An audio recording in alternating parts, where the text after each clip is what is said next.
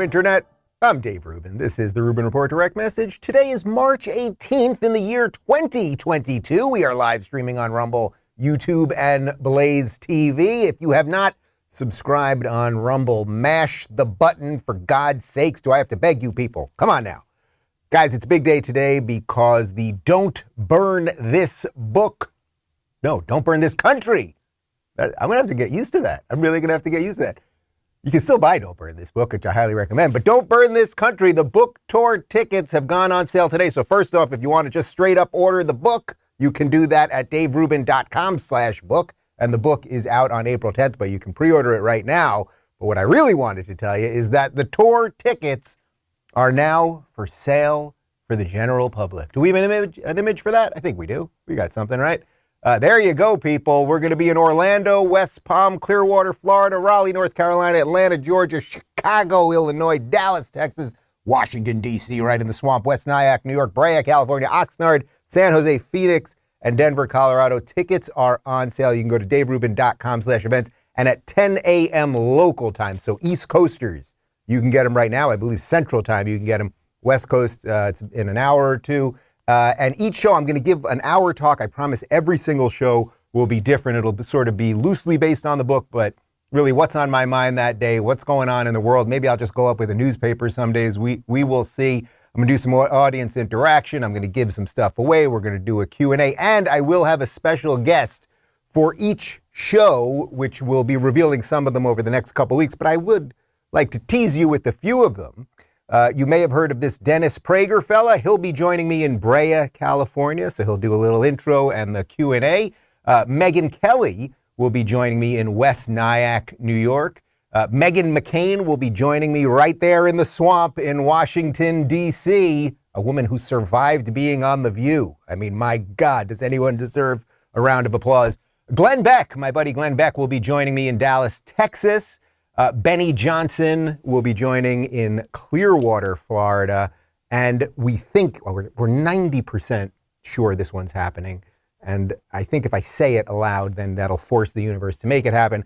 Larry Elder should be joining me in Oxnard, California, and then we're going to add a whole bunch of people to the other shows, and it's just going to be a blast, and I'm looking forward to seeing you guys, shaking hands, meet and greets, throwing T-shirts into the crowd, all kinds of crazy stuff. Meanwhile, how's the shirt today? Right before we went live, there was a question if my shirt was too open, and then Phoenix goes, it's Friday. Don't worry about it.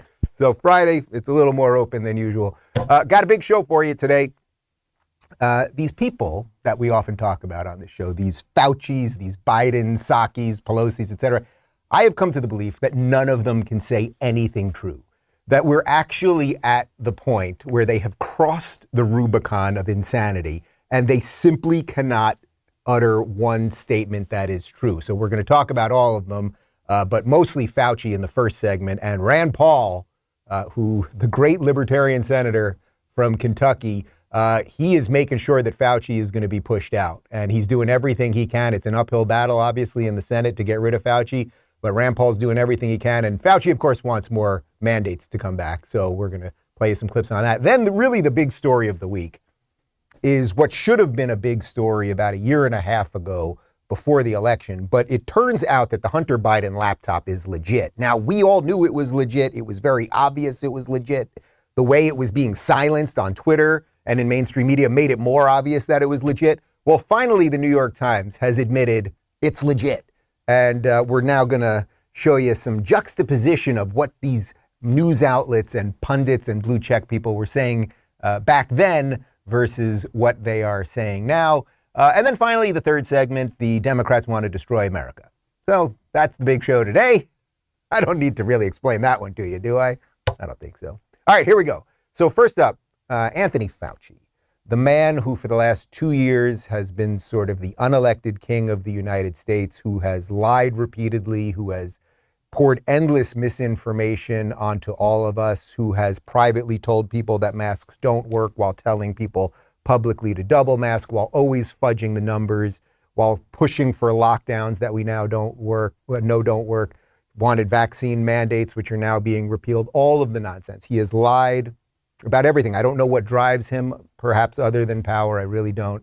But now that COVID seems to be going away and we're on to the new season of war, he's thinking about bringing it back. And he was asked about what could happen. And he's thinking about restrictions again.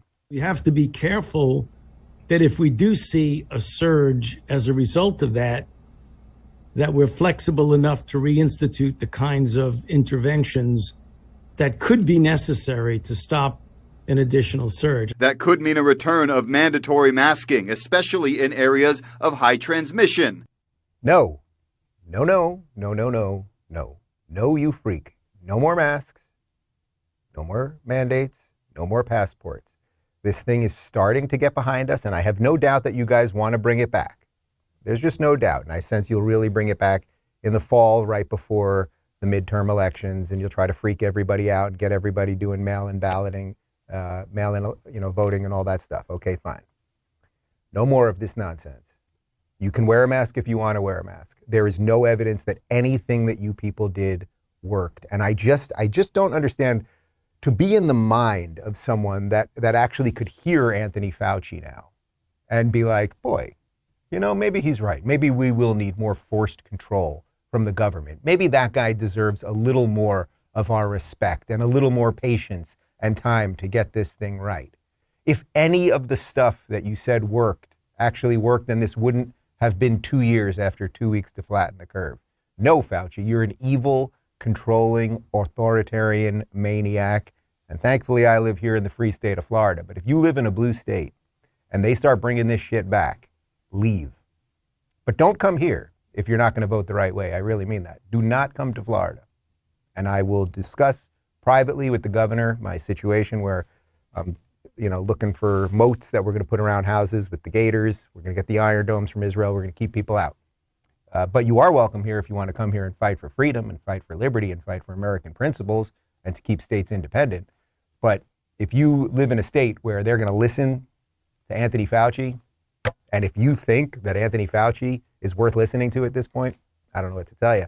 But a guy you should be listening to is Senator Rand Paul. He is basically trying to make sure that Fauci will not have any influence going forward. Well, tomorrow we'll have a health committee meeting and there'll be a bill presented, and I will present an amendment that will get a vote on eliminating Anthony Fauci's position. I think we should eliminate his position, divide it into 3, and appoint 3 new directors that will be approvable by the Senate.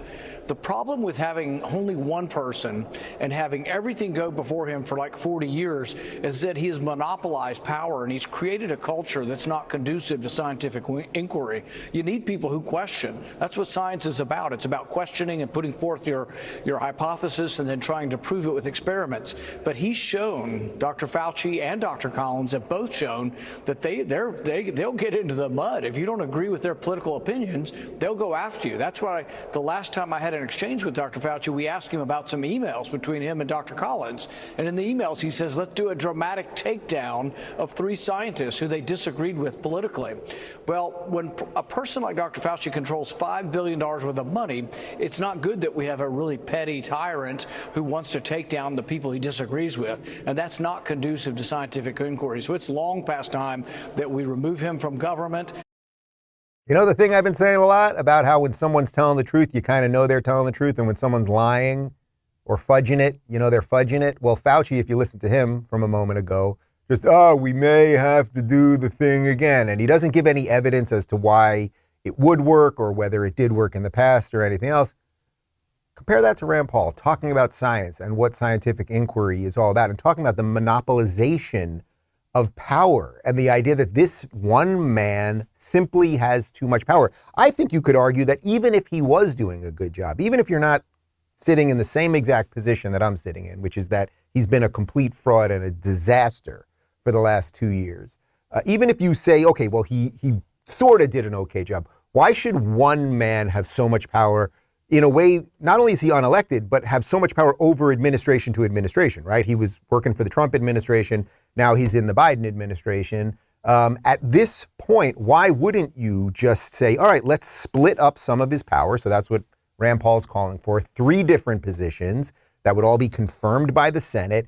And that way they would be able to make independent decisions related to health and COVID and all of those things. So who knows what the Senate's going to do? The Senate usually doesn't do the right thing, and it's a little hard to say how much power Rand Paul actually has in the Senate because we have so many, especially the virtually all of the Democrat side.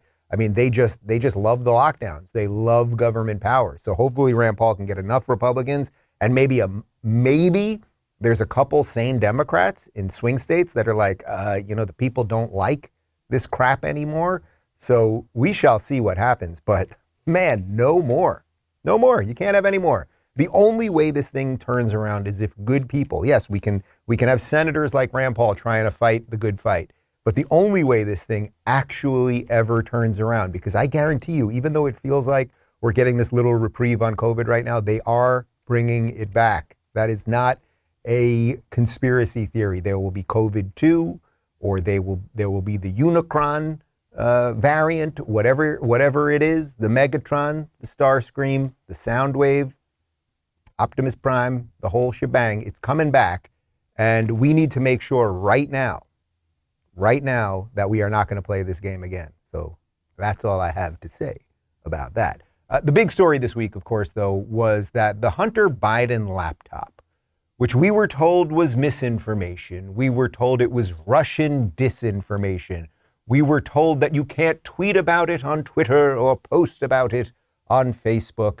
The New York Post, which is one of the oldest newspapers in the United States, was banned on Twitter when they broke the story originally. And of course, they broke the story about a month before the election. And it was very relevant to the election because it had, well, there were all sorts of pictures on there, but there was also emails from Hunter Biden related to his dealings in Ukraine and the money he was getting as a consultant for Burisma, an energy company there. You think any of this is relevant right now as we've got this Russia-Ukraine situation going on?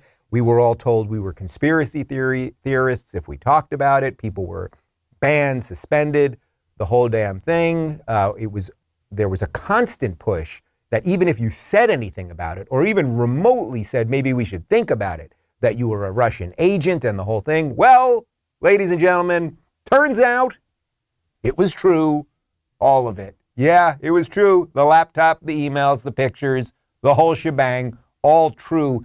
And it's so true that even the New York Times, all the news that's fit to make up, even they have had to acknowledge that it is true. Here's the piece from the New York Times, the key part of the story in the New York Times from 2 days ago. People familiar with the investigation said prosecutors had examined emails between Mr. Biden, Mr. Archer, and others about Burisma and other foreign business activity. Those emails were obtained by the New York Times from a cache of files that appears to have come from a laptop abandoned by Mr. Biden in a Delaware repair shop, which is exactly what everyone was saying a year and a half ago.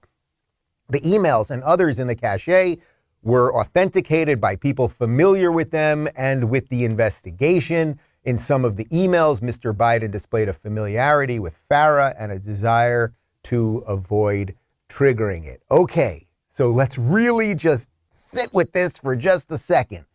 This thing, which a year and a half later we are being told is true, that could have completely changed the course of the election, was something we were not allowed to talk about a year ago. Now, why don't we? Connor, you did some fine work this morning. Can we put up some of the things that the mainstream media and the blue check people were saying about it? So on the right, you have the New York Times thing. Okay, I just read that to you. On the left, we're just going to show you things that these people and these news organizations were saying back then. To me, this is CNN. To me, this is just classic textbook Soviet Russian tradecraft at work. Former Director of National Intelligence James Clapper says, as authorities are investigating if recently published emails are tied to Russian disinformation effort targeting Biden. So James Clapper made that up and is a liar. Russian disinformation. NPR said, why haven't you seen any stories from NPR about the New York Post Hunter Biden story? Read more in this week's newsletter. And then, of course, there's the quote. We don't want to waste our time on stories that are not really stories. And we don't want to waste the listeners' and readers' time on stories that are just pure distractions. This is where you have to have some sympathy for all the blue-pilled NPC, non-playable character, Democrat voting morons. You have to, because they've swallowed this thing wholly. And by the way, the cognitive dissonance, they're not going to accept or even know what's happened now, because obviously mainstream media isn't going to fully embrace this story now because it would show that they were liars the entire time. I think we've got more from that racist crazy lady over on MSNBC, Joy Reid. Good for Joe Biden. No need to dignify a Russian hatchet job strained through Rudy's utter brokenness with a response. We're not doing emails again, America. 18 days. Just vote and ignore the nonsense. 18 days. Yeah, 18 days and ignore the nonsense. The nonsense that turned out to be true. And by the way, Rudy was given the laptop. And yeah, okay, lady. Politico back then, more than 50 former senior intelligence officials have signed to a letter outlining their belief that the recent disclosure of emails allegedly belonging to Joe Biden's son has all the classic earmarks of a Russian information operation. Boy, the Russians must, by giving us the truth, well, I don't know what the Russians are doing. This is very, very confusing. Here's this guy, Kyle Griffin, who's, I think, a former MSNBC clown, another blue checker. No one should link or share to that New York Post report. You can discuss the obvious flaws and unanswerable questions in the report without amplifying what appears to be disinformation. Look how many likes and retweets and all that. Here's Ben Rhodes, who used to work at the Obama administration, who's been wrong about absolutely everything and would love it if Iran had a nuke. The Republican freak out over not being able to spread disinformation unchecked demonstrates why you should not be able to spread disinformation unchecked. They know they have no political viability without the capacity to spread lies. By his own words, he should be banned by Twitter because he is a misinformation specialist and he's wrong about everything always, but just he is a liar. He is a liar. These people all knew they all somehow knew, right? How did they know that this thing was misinformation? Now, of course, they didn't want the information to get out, so that's how they knew, but they didn't really know. It's just extraordinary. And by the way, there are probably 10,000, I am not kidding you, 10,000 other examples of that easily. There literally could be hundreds of thousands of examples of people on Twitter and all over the place. But I mean, major people, you could get thousands of other examples of that. None of those people will be punished. None of those people will be fired. None of those people will be called out. None of them will be suspended. But the truth was suspended a year and a half ago. And did that change the election? I don't know. And by the way, the most important piece of this, the most important piece of what happened a year and a half ago is why did Twitter, especially, Facebook did it too, but why did Twitter ban the New York Post account and suspend people for talking about this? How did that meeting happen at Twitter? Who was in charge? Was there a boardroom meeting? Was there a policy meeting? Was there a lawyers meeting? Who was in charge of that meeting? And did those people, what was the information they used to decide to ban and suspend people for posting something that now turns out to be true? Did those people have any connection to the Democrats? Did they have any connection to the Biden campaign? Like, what was the policy? If we don't find that out, we'll never get to the truth. And unfortunately, I don't think we'll find that out. But it just does tell you, if you're on social media, we are playing a fixed game. We are all playing a fixed game where they can control the information, they can control the algorithms and who sees what and when they see it and what's true and what's misinformation and everything else. Here's a chronic misinformation specialist and liar in chief, Jen Psaki, on the Hunter Biden Report. The New York Times has authenticated emails that appear to have come from a laptop abandoned by Hunter Biden in Delaware. The president previously said that the New York Post story about this was a bunch of garbage and that it was a Russian plant. Does he stand by that assessment? I've pointed the Department of Justice and also to Hunter Biden's representatives. He doesn't work in the government. Go ahead. Jen, I actually like what you did there. Did you just refer the journalists to the Department of Justice about this situation? Because I don't know how corrupt they are at this point. I don't know if there's anything left over there, but maybe they should be looking into it because you know you just got caught, lady. Here's Joe Biden a little bit before the election saying how the whole thing is nonsense. And I really, really want you to listen to it because it's not just that he says it's nonsense, but guess who he blames? You're not going to believe it. So what about the Americans who really today only want me to ask you about Hunter Biden's laptop? How are you going to get them to see that you are fighting for them when they're so dead set against you? There's nothing to any of that. Nothing to any of that. It's all a smear. Every major outfit, every serious investigator has pointed out that this is a smear. This is classic Trump. We had 4 days left, and all of a sudden there's a laptop. And you may recall, there's also talk about 4 months before there was a similar thing that somebody had, allegedly. There's overwhelming evidence that from the intelligence community that the Russians are engaged. I mean, look, my son's an honorable man, and all the investigations that were done around the issue of what was going on in Ukraine, if you notice, every one of the major people who worked for Trump during the impeachment went under oath, and under oath said Biden did his job. No law was broken. This Biden did his job. Hunter Biden broke no laws. That was the testimony. Their testimony from Republicans and intelligence community people. He is a mind-muddled moron. He really is. And that's a depressing statement to say. I wish the President of the United States, even if he had policies that I did not agree with, I wish that he was in better shape than that man. But I want to point out to a couple things he said there. First off, nothing here is true. It's all a smear, blah, blah, blah. Every major outlet and our intelligence services are saying that. Well, that's the problem. That's the problem.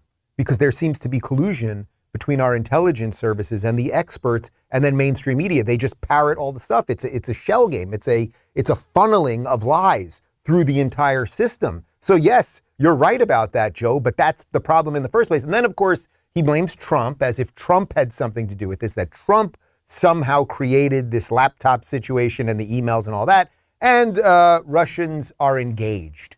Ah, yes. So are you saying Russians meddled with the election and tried to get Trump elected? Because if you did say that, and even if it didn't come to pass, wouldn't you be doing something about that right now? God, they lie about everything. I mean, this is close to impeachment level stuff, right? So what he just said there, I mean, basically blaming Trump, lying about the laptop. I mean, I get it that it was done before he was president, but the whole presidency now seems to be based on a lie. The whole presidency seems to be based on a lie, on top of the fact that the presidency in the year plus of his administration has been a horrific disaster, by far the worst in my lifetime. And I think many people could argue this might be the worst administration in American history. In American history, this might be worse than Carter. This might be worse than some of the others a long time back. Everything seems to be collapsing. They seem to be intentionally destroying the system, and they seem to want to usher in their Great Reset, their New World Order, whatever it is. But please show me something that Joe Biden is doing that is pro-America, that is helping ordinary Americans. And actually, that's a great segue to segment 3. I believe the Democrats are intentionally destroying America. Here's Joe Biden on inflation and what causes it and what doesn't cause it. So I'm sick of this stuff. We have to talk about it because the American people think the reason for inflation is government spending more money. Simply not true.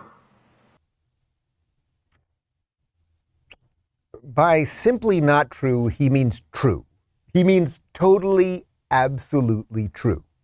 The government has a certain amount of money. Where does the government get that money? It gets it from taxes. So then there's a certain amount of money. Now, we already have a huge amount of debt. So when we get money, we don't have a surplus of money. We just have potentially a little less debt. But of course, with the interest rates and everything else, we're always just driving ourselves into more debt. That's why the national debt grows literally every day. And it grows by, I don't know, it probably grows by hundreds of millions of dollars every half hour or something. Can we figure out how fast it grows? Like how much more debt are we in from when I start this show every day to when I end this show? Let's figure out, give me something on roughly how quickly this thing is growing. There's got to be some calculator online somewhere with a very, very long number that's going to ultimately crash the internet.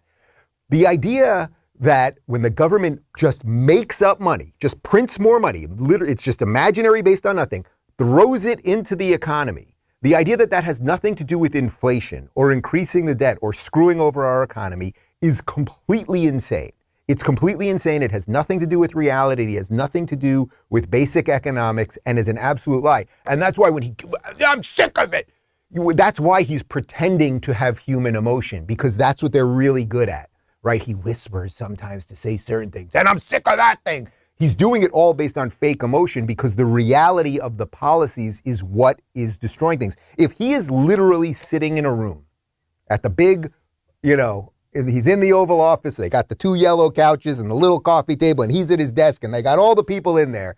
And if he's sitting in a room with 15 people And they're all like, yes, yes, put more money into the economy, print more money. It won't cause any inflation. It won't do anything bad to the economy. Then all of those people should be fired or should be examined mentally for not understanding basic, I think, 7th grade economics, something like that.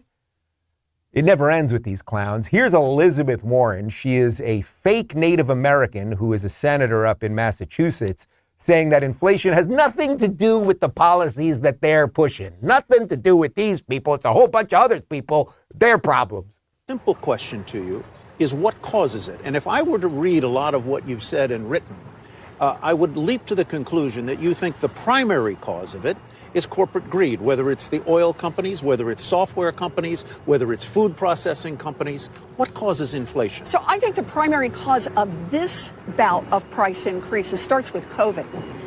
But what has also happened is that now that we live in America where there's a lot more concentration in certain industries, look at the oil industry, look at meat industry, look at groceries generally, that what's happened is these companies have said, you know, we'll pass along costs, but while we're at it and everyone's talking about rising costs, let's just add an extra big dollop of cost increases to expand our profits. Liz!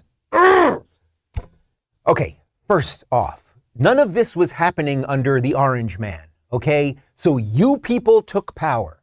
Your stupid socialist ideas took over, and that's when the shit started to hit the fan. So was it suddenly that when they got rid of Orange Man and Mr. Mental Midget took over, suddenly the meatpacking people were like, yes, let's really push it now and increase the cost of hamburgers because we got rid of Trump?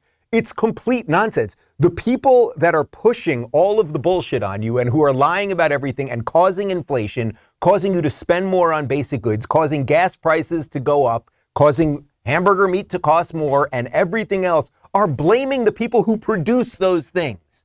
Do you understand that? They're blaming the very people who produce those things in a capitalist society where there is competition to drive those costs down. But then when the government comes in, pumps a whole bunch of money in, money becomes worth less, inflation starts going up, and then the companies are like, boy, we're looking at our margins right now, and we have to start charging more because we're not making as much money. She is a liar. She's a liar and a buffoon. Yeah, the meat people. I love it. It's the meat people and it's the tech people and the gas station people. You know, there's nothing worse than a greedy gas station owner. Ugh. Liar. Liar. Fake Native American. I don't like you. And speaking of a woman I really don't like, here's AOC. We have a crisis of missing and murder of Indigenous and Black women in the United States. Today, I want to discuss part of this crisis that is all too often overlooked, but whose evidence shows that there's a very meaningful connection here. The correlation between fossil fuel extraction sites and abductions and murders of Indigenous women across the United States. What the high hell do you even want me to say about that? What can I even do with this? I mean, the woman is purposely wearing big glasses to look smart. That's number one. Like, she just puts on can I get the biggest glasses possible? The people are starting to realize I'm an idiot. Okay, yes, the big issue around fossil fuels is something related to Black women and Indigenous people being kidnapped or something like that. These people, they are such unserious clowns. It's I have nothing else to say about that clip. Here's more. On AOC, she did a little, what was this, a TikTok or I think it's an Instagram video. She's doing the Biden whisper thing now, which is even creepier than when he does it. I'll tell you a secret. Most people don't really know what capitalism is. Most people don't even know what socialism is. But most people are not capitalists because they don't have capitalist money. They're not billionaires. Sometimes the label doesn't matter as much as just talking about policies. That's easier to understand. Do you think people should die because they can't afford insulin? Do you think that fossil fuel CEO should decide whether the planet gets set on fire? Me neither. C-word. C-word. That's what she is, but I'm not going to say it. I'm not going to say it, but that's what she is. She is a liar. She is a full-blown socialist in our government. And she is lying about what capitalism is, the idea that you have to be a billionaire to be a capitalist. I want you, everybody watching this right now, everyone in this room, gentlemen in this room, could we all think about our grandparents for a second and our great-grandparents, who all came here from different places, whether they came from Eastern Europe or whether they came from North Africa or whether they came from Canada or anywhere else. The story of America is people who basically came with nothing, came through Ellis Island or came through some other border, came with nothing but a dream, that there was a place of freedom that was based on capitalism, the idea that if you work hard, that the government will get out of your way enough so that you can live freely. And that is the greatest, excuse me, that is the greatest dream. Just a sec, I'm having a Hillary Clinton moment.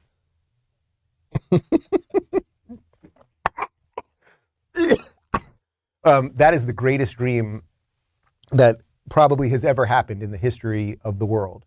And she wants to destroy that. These people came here with nothing. And then you had an idea. I'd like to open up a restaurant. I'd like to sell rubber bands. I'd like to whatever, literally anything. And you can do it here. And there's still a chance to do it here. And that's why we're still the envy of the world. And that's why these socialists never leave. So she's a liar. She's a socialist. It's an embarrassment that she's part of the government. And we got to vote these people out so that we can end this national nightmare that we are part of. They are trying to upend the economy. They are trying to ruin the thing that is the greatest thing because they hate the thing, because they think they own the world. And they do not. They do not. But if we give it to them, they will. That's where we're at. We got a funny video related to the AOC thing that we're going to do a cold close with. But before we do that, I just want to remind you guys that the Don't Burn This Country book tour, well, first, if you want to just buy the book, straight up old school, people, the book is out on April 12th, and you can go to daverubin.com/book and order the book right now. And the tour tickets are on sale right now. Orlando, West Palm, Clearwater, Florida, Raleigh, North Carolina, Atlanta, Georgia, Chicago, Illinois, Dallas, Texas, Washington, D.C., West Nyack, New York, Brea, California, Oxnard, California, San Jose, California, Phoenix, Arizona, Denver, Colorado, and we're going to get some great guests to join us. I mentioned Dennis Prager in Brea. I think we've got Larry Elder for Oxnard. We've got Megyn Kelly for West Nyack. We've got Meghan McCain for D.C. We've got Benny Johnson for Clearwater. We've got Glenn Beck for Dallas, and I'll be adding some more people throughout the weeks, and it's going to be fun. We're going to mess around with the crowd. I'm going to throw T-shirts out to you good people, and maybe we'll give away mugs and other things. There'll be hugs and smiles and drinking and good times. I hope you will join us. So again, it's daverubin.com/events, and then you can find all of the links right over there. And to end the show, this will be a cold close. We put together a little something in honor of Miss AOC.